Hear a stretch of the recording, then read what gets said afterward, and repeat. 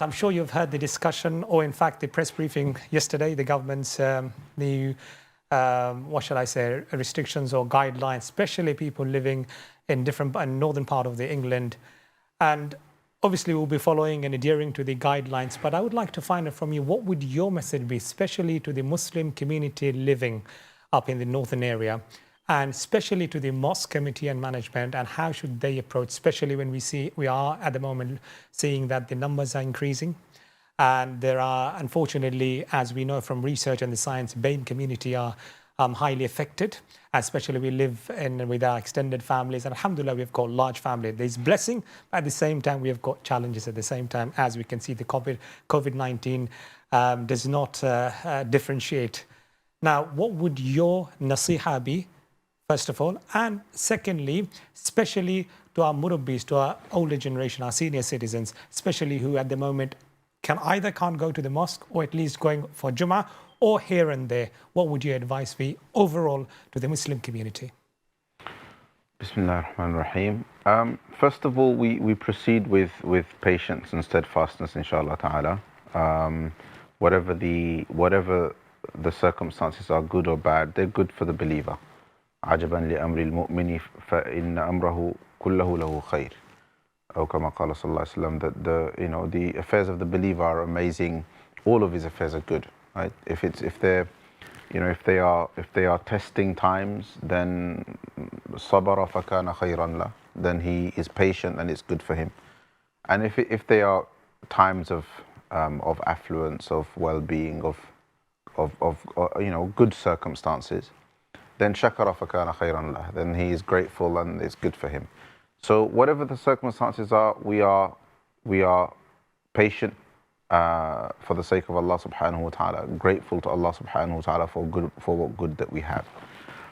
And now, specifically with reference to the COVID situation, and we've discussed this many times before, and I've made my personal position very clear, is that we have to trust that all circumstances are in the hands of Allah, and we mustn't allow one-sided narratives of qadar and tawakkul, etc., to play one side of the qadr of Allah against another side of the qadr of Allah.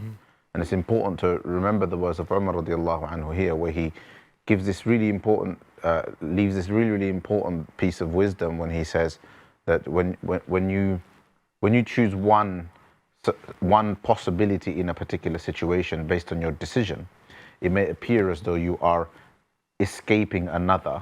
The famous story when there was a plague in Syria, and he made this statement, which I think is going to be eternally relevant, that we escape from the qadr of Allah to the qadr of Allah, meaning that we can't play one off against the other. The decree of Allah subhanahu wa ta'ala is what eventually unveils itself at the final end. Up until that point, there are only our decisions based upon the circumstances that are faced by us.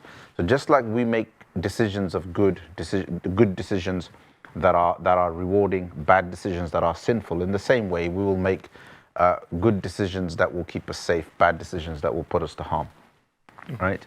And on that basis, and I think that should frame the whole issue in terms of, we're not in the third world. We're in a country where information is widely disseminated. So therefore, most people have some understanding. Even people who have no background in science have some understanding of the science. And on that basis, and the safety measures are supposed to be informed by that. What is better from an economic point of view is much less clear, but at least in terms of the way the disease works, etc., the science is clear. And try to use that to inform your decisions and make sure that you remain safe, and try to avoid risk on that basis. I mean, alhamdulillah, so far masajid are open. I know it's difficult for some elders who perhaps have been restricted by the masajid from going, and it's difficult for them. But they may well have been restricted for other reasons. Sometimes elders are restricted because they are less mobile, or other health conditions restrict them. So this is part and parcel of life, and Allah subhanahu wa ta'ala rewards based on intention. So I would say, keep yourself, follow the guidelines, particularly the science around the disease.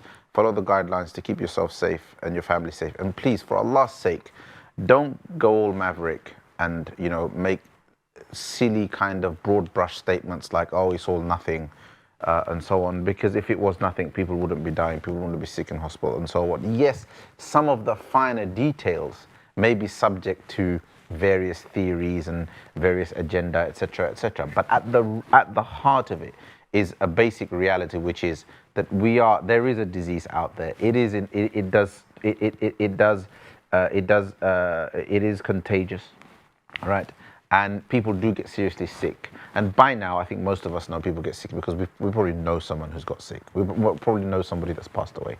So on that basis, you know, I don't think this issue, hopefully, needs to be repeated anymore to people, because people know what the score is. And if people don't know what the score is by now, to the extent that they're being careless and they're putting themselves and others in danger, then I don't think no matter of further explanation is going to convince people like that until they are hit by it themselves.